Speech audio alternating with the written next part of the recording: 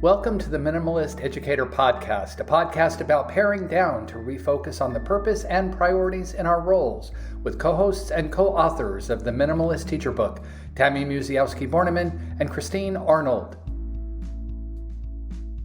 Welcome back to the Minimalist Educator Podcast. Today we are diving into something really special, our book, The Minimalist Teacher, which was published back in 2021. It's been a few years, and today we're taking a moment to reflect on which parts resonate with us still in the conversations we're continuing to have in this area. And yes, it's still available to purchase, so if you haven't yet picked up a copy, it's not too late. So whether you've already read it or just discovering it, we're excited to share our favorite parts that still feel super relevant in our work today. Let's get into it. Hello, everyone. And welcome to this week's episode of the Minimalist Educator Podcast. Today, Christine and I are going to be chatting about a couple of our favorite parts of our first book, The Minimalist Teacher. Before we do that, though, I have to, of course, check in with Christine. How are you doing today, Christine? I am very well. I'm happy to be looking back at our book, The Minimalist Teacher. It makes me a bit nostalgic for the time we spent writing it and sharing it out to the world and having so many great conversations with people around the world about the book. So I'm glad to be diving back in. Yeah, how are you? Too. And I'm good. And just as you were saying, kind of like feeling nostalgic about writing this, maybe that's one of our next episodes that we record together is just talk about the writing process, because we went through that partly during COVID first, and then another writing process recently, so for some new writing. So maybe that's something we talk about in one of our episodes. Just a thought. Be good to know if people would be interested. So let us know if that's an interesting topic for you listeners. Okay, Tammy, you're going to start us off here with a favorite of yours. Obviously, the whole book is a favorite, but what is a favorite of the favorites? Well, yeah, so when I was flipping through, I'm kind of drawn to the instructional chapter, decluttering, instruction, and assessment. Okay. And I think maybe, generally, because teaching is a fun thing to do. It's enjoyable and it's very strategic and creative and all those things. And I do feel right now that in my work with coaching teachers, a lot of our conversations come around one of the questioning funnels. So in the book, we have our triple P funnel. And for those of you that don't know, one of our first episodes was on our funnel. But the funnel is purpose, priorities, and paring down. And so in each of the chapters, we have a series of questions to help people find the purpose in that element of the book. So in this case, I'll talk about the instructional and assessment strategies. So finding the purpose, prioritizing through that, and then paring down just to the essentials so that you can focus on that aspect that you're working through. And so I'm finding that a lot of teachers have been overwhelmed with resource materials. So I don't know if you experience that with your teachers, probably. And there's this sense of scatter, right? So even if teachers have the programs, they are just it's just way too much for me to learn. And I don't know how to fit it all into my time. And, this doesn't really work for my students and that kind of thing. So really good discussion points. And so some of the conversations that I've been having has been really focusing on in the funnel itself, we have the upper level questions, which are okay, what's the purpose behind this instructional strategy or this resource, that kind of thing. And then we talk about the priorities once we're okay, well, the purpose here is this is what I'm teaching here.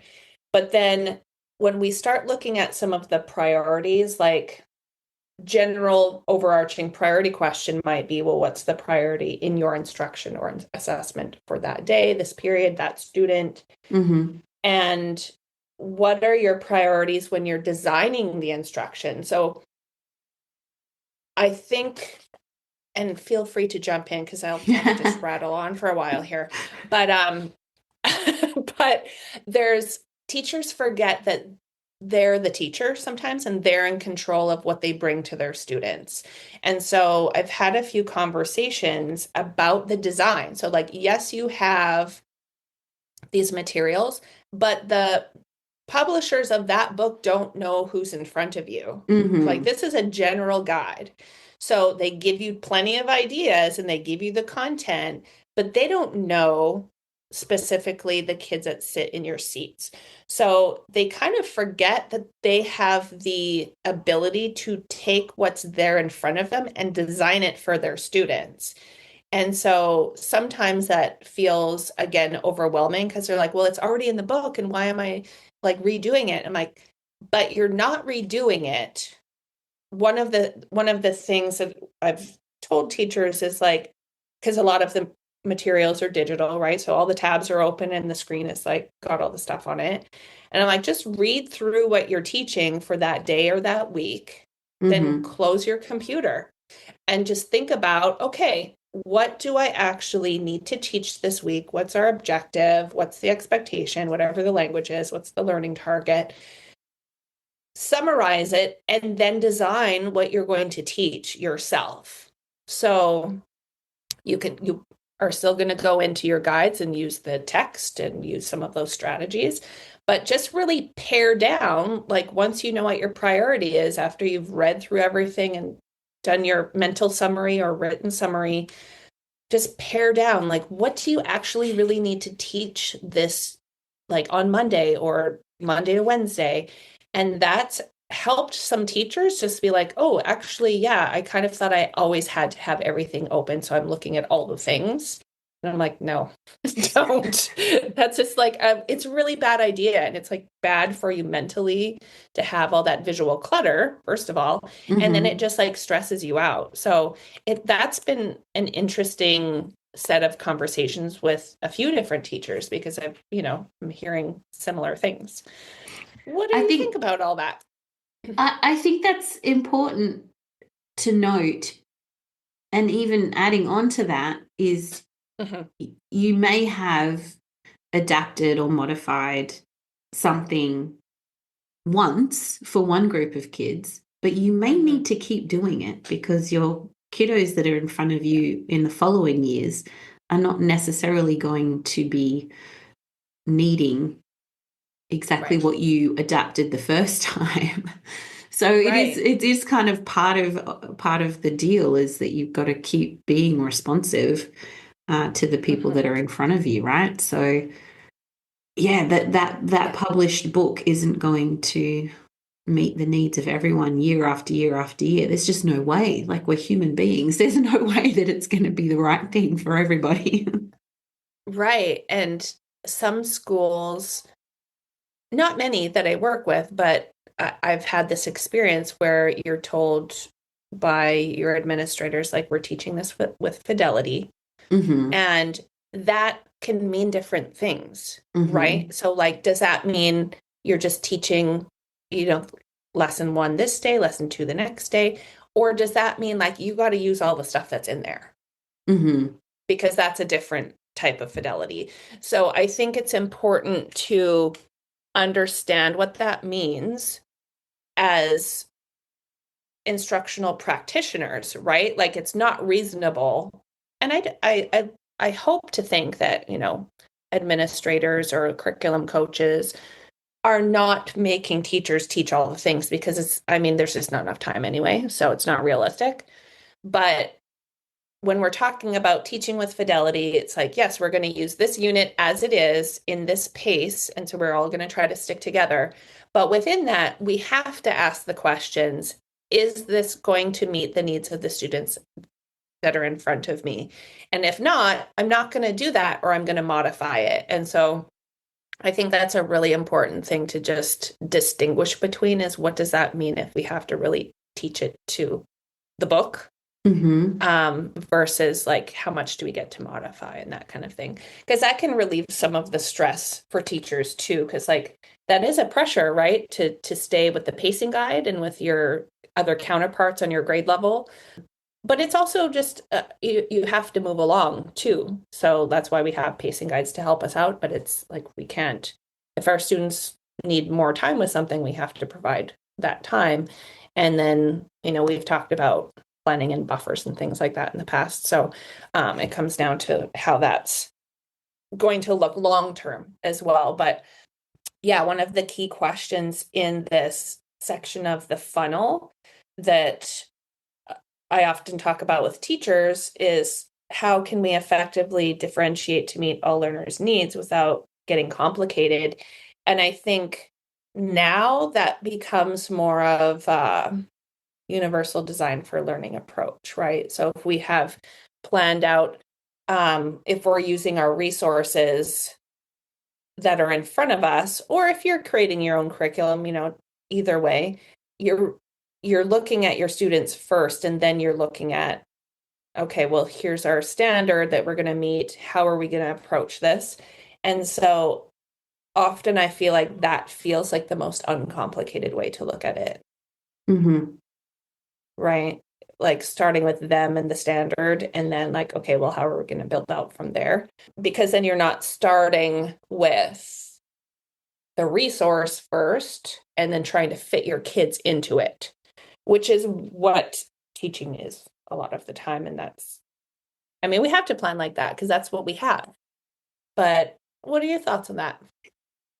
No, I think this is a really important discussion, because it comes back to that purpose part of the filtering down of the funnel, because you have to first know, what is our purpose in using this material? Is it to follow it like a script, day by day, page by page? Because that is going to lead you to very different priorities and what you can and can't pare down. Or is the purpose of this a resource that we can pull from or adapt or modify from? Because those are two very different purposes that are going to lead you in very different directions. So I think, bringing it all back again to that funnel and starting with the purpose is so crucial when you're dealing with those instructional materials, because without a clear vision of the purpose, you can kind of end up wandering down the wrong path, can't you? So yeah, for sure. Yeah, it's an ongoing conversation too, I've been having.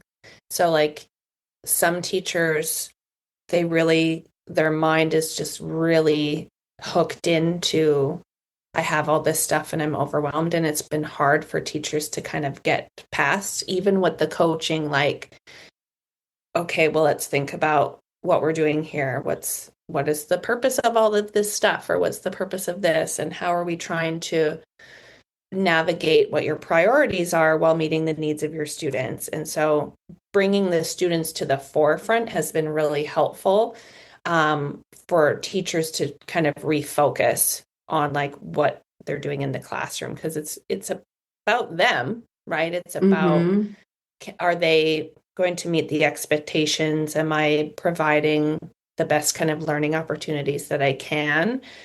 Or am I just delivering this content because that's what I feel like it can do? So this kind of student-focused, student-centeredness of the conversation is helpful to teachers, especially at this point, and I know this is going to like time date us in our podcast a little bit, but we're like midway through an academic year. And so sometimes, you're getting to the point where you're like, I'm getting more lost. Like, I feel like there's just so many things happening right now. And so recentering on, okay, let's look at how your students are progressing. Let's look at this student work sample. Like what direction do we need to go? So just kind of making it less complicated by just paring back the resources and just focusing on students is super helpful. So I don't want to like monopolize our podcast recording time with like my rambles about that, but it's just, I think that's such an important part of the book, even though there's like lots of important parts, but that triple P funnel, and particularly like in this moment in time, I feel like that really speaks out to me, is that instructional funnel. Yeah, How about for absolutely. you? Yeah, I mean, there's so many good bits, isn't there? But well, that might be biased, but so many, so many parts that bring back good memories and a good reminder, even for myself, I think. I think I want to touch on, so yeah, chapter 1, we're looking at creating a culture of minimalism in the classroom. And interestingly enough, the way the chapter is organized is kind of following the triple P funnel that you were just talking about, Tammy. So we start off with the purpose. What is the purpose behind creating this culture of minimalism? And then it goes into some priorities. So I would like to just read this first little paragraph here around what the purpose is. So this is how it starts off.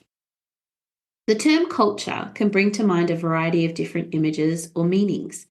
This can encompass anything from language or food to the arts or family structures.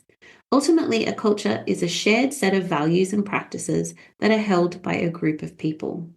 A culture of minimalism requires members of a group, in this case your classroom, to recognize and work toward making use of currently available resources and know more in order to best support the requirements and expectations of the community. While a minimalist culture in classrooms may seem unconventional, overly innovative, or unrealistic now, this approach is becoming more and more socially acceptable. Rather than superficially attempting to meet students' needs by buying things, adding more tasks, or creating more paperwork, there is a shift to instead maximize existing resources in the community and create a lifelong practice and lifestyle of appreciation, efficiency, and sustainability. Reach. Yes. Right? And I feel like that is still very true, that people are trying to think about what is sustainable, what is meaningful, what is thoughtful, and appreciating what we already have. So I think that is still true, even though it's a couple of years since the book has come out. And then I want to turn a little bit to the top 3 priorities in creating this culture that we've put out here. So priority 1 is positive well-being and avoiding burnout. Priority 2 is reconceptualizing waste in order to combat waste. And priority 3 is managing waste beyond the 4 R's. Yeah. And I think this is definitely still really relevant and something that we should be thinking about. I don't think educator well-being has improved. No. At all. So either. In fact, I think it might have gone in a worse direction. It's worse. So I think it really is a priority for us to consider ways in which we can help in that arena, for sure. And I think we do need to reconceptualize what waste is, because we do often just associate the word waste with physical things, trash, things that we can throw away. But it is so much more. It is that emotional waste. It's that cognitive waste. It's economic waste that we are battling with all the time in this field. And then when we talk about managing waste, we're talking about recycling, but also reusing, repurposing, and repairing as well. Yeah, I think it's important for us to think kind of outside of the box when we are eliminating things, because like it is daunting to have classrooms full of stuff, and that's a real thing for every educator. We know that people have moved classrooms and the previous teachers left stuff behind thinking it's helpful and it's not. We have like there's just schools are loaded with things, and so that's often kind of the first thing that we think of potentially, and it's a really tangible thing for educators to attach onto because everybody can relate to that. But at the same time, we can all relate to the mental waste, the mental drain, the emotional drain and waste that just like we're talking about, why do we have schools in general? Well, because we're educating the next generation. That seems obvious, but we lose sight of that with all of this crazy minutia. When you say getting caught up in the minutia, that's what I think of is things like email, time suckage that has taken over what we do, and it doesn't seem like we have choice in that. Yeah. We can't choose not to read or respond to emails, does it? No, it doesn't. And I think an important thing though to do is just have your set times when you are checking it, so that you are doing part of, it's part of your job responsibility, but people can't tell you when to look at it, right? So like maybe it's the first 5 minutes of your day, the end 10 minutes, depending on when the most messages are. And that's kind of it, because then we get lost in all of the stuff that and how important are those emails, right? Because we also get spam that gets in there sometimes, and usually schools are better with having spam filters, but not always. And I just think that you have to have the boundary for when you're looking at things and when it feels most appropriate, and it doesn't cause you additional mental stress, or like feeling like you're being pushed to constantly look at your communications when that's not our primary focus. Or it's not the only focus. Right. Yeah. For sure. Yeah, for sure. And I think coming back to those 3 priorities, really considering preventing that stress and overwhelm, and, really understanding all the different categories of waste that we're experiencing. I think that is a really poignant part of what we were trying to do with the book. Don't you think? I do. And when I've done conference sessions on this part of the book with people, so like teachers, coaches, admin will come into the sessions. And when I start talking about this kind of like reconceptualizing waste, everyone's aware of all like the mental waste, the intellectual waste. They're aware of it, but I think making almost like naming it as waste, like not just time waste, because we're used to saying, oh, that was such a waste of time, or the waste of money, like that's common, but we don't often say that's such a waste of my mental energy. and it is, there's so much of that. And I think like there's some epiphanies that happen there, like I know this is happening, but I didn't really think of it in that way. But it is like a waste of a precious resource, which is you, the person. Yeah. Like we are getting drained because, there's just so many things to deal with. When we're working with people, like there's just so many layers of engagement and interaction that we just have become so used to it. But then when you put in some of these like traumatic things that happen at schools as well, whether it's like abuse or violence or like things coming from home, families living in poverty, all of that is, and I don't like to call it mental waste, but it adds to the mental stress and the emotional stress that teachers feel.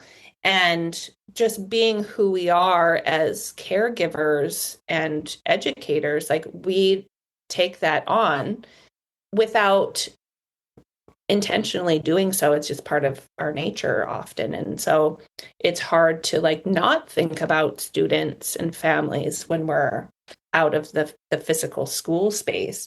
And that just becomes, it's important that we're thinking about the people that we work with, but it's draining, and it's a lot. It's a lot. It is. It's making me think. I want your opinion on something that I've gotten into the habit with. So Mhm.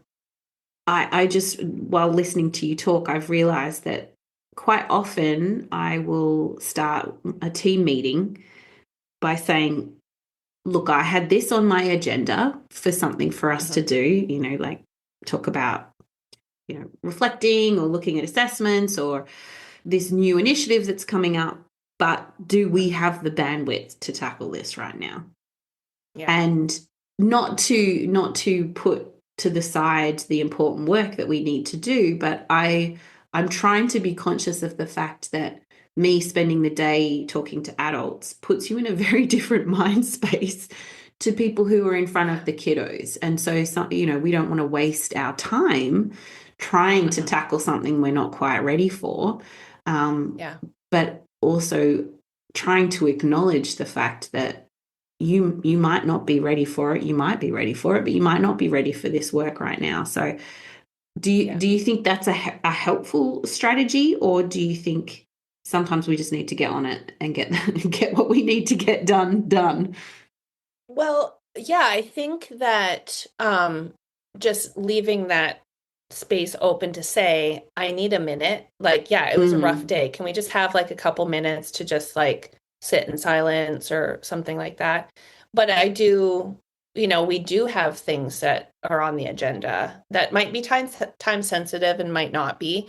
But I think providing that space at the start of a meeting just to have that check-in is, I think teachers really value that, because then you're hearing, you're just leaving the space open for them to voice how they feel or share what's going on. One of the things that transformational coach Elena Aguilar, she does something similar where she has this like transition period. So if she's meeting with teachers, she'll like verbalize, okay, we're transitioning from a day of teaching that may have been great, may have been hard, whatever the thing is, maybe something personal happened, but we are transitioning into this professional learning space. And so we'll take 2 minutes to like do this mindfulness or whatever it is that she has planned. And then we're going to shift into this work.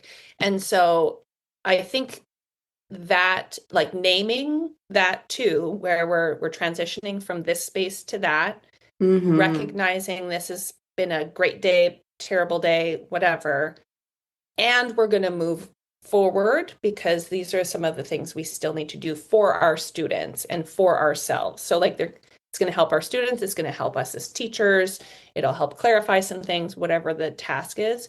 So I think that's a really valuable practice. I like that. I like the naming it. But I think I might borrow that and try and build that in a little bit more rather than just saying, are we ready? Right. Yeah. And also like she talks about, because we also need venting space, but there's I don't want to say effective venting, but like just enough and then too much. So there's like this boundary of time, and I forget what the number is. I want to say 7 minutes or something, but like everybody needs a little vent. And so being thoughtful about who you're venting to is one thing, but if there's a big thing that's happened at the school and people need to like voice their opinions, like setting a timer for a minute or two for people to just vent to like a partner can just help unload some of that mental stress too. And then same thing, we're going to transition. And so we've had the vent. Now we're going to have like some kind of productive, like take a few breaths, and then we're going to move into this. Cause like, it's the reality, right? There's frustrating things that come up and we're like, well, that just threw my whole day off because now I'm thinking about this other thing. And we don't want things to derail our entire days when they. No, but just saying it out loud can be very helpful to get it off your chest. We've gone into another tangent here, but I love her work around creating norms as well. Oh, me too. Yeah. Maybe we need a whole other episode on her work on that. Let's make a note of that.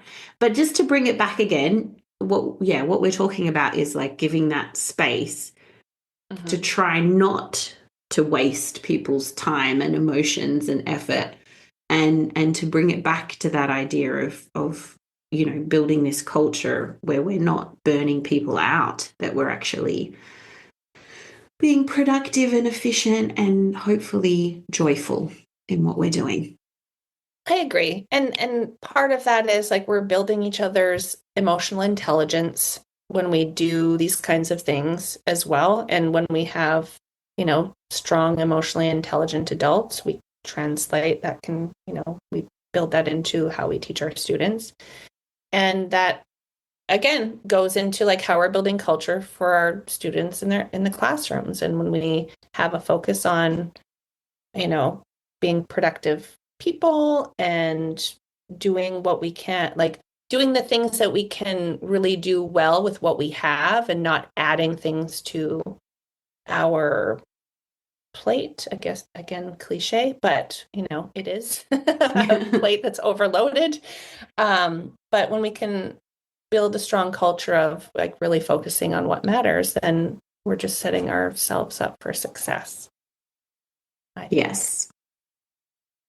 It is nice to look back at the work and realize that it's still relevant and something that we care about, isn't it? It really is. It's definitely an evergreen approach to thinking, because we know it's lifestyle choices, right? It comes from different lifestyles, and just finding the value in what we're doing and not just doing things to do them or be frivolous or just follow trends even. Exactly. Which is a thing that can happen. So it's nice to come back to those ideas of focus, finding clarity, and doing the best that we can with what's in front of us. Absolutely. Thanks for this discussion, Christine. I'm realizing now we didn't necessarily do a pare down pointer as we ask our guests to do, but I think that the pointer would be to, if you haven't read the book, give it a read and talk with some colleagues about it, and just kind of get this movement started. For sure. And I think we'll leave it there. So enjoy, and we'll see you next time, everyone. Today's episode was brought to you by Plan Z Professional Learning Services, forward-thinking educator support. Find out more at planzplservices.com. Be sure to join Tammy and Christine and guests for more episodes of the Minimalist Educator podcast. They would love to hear about your journey with minimalism. Connect with them at PlanZPLS on Twitter or Instagram. The music for the podcast has been written and performed by Gaia Moretti.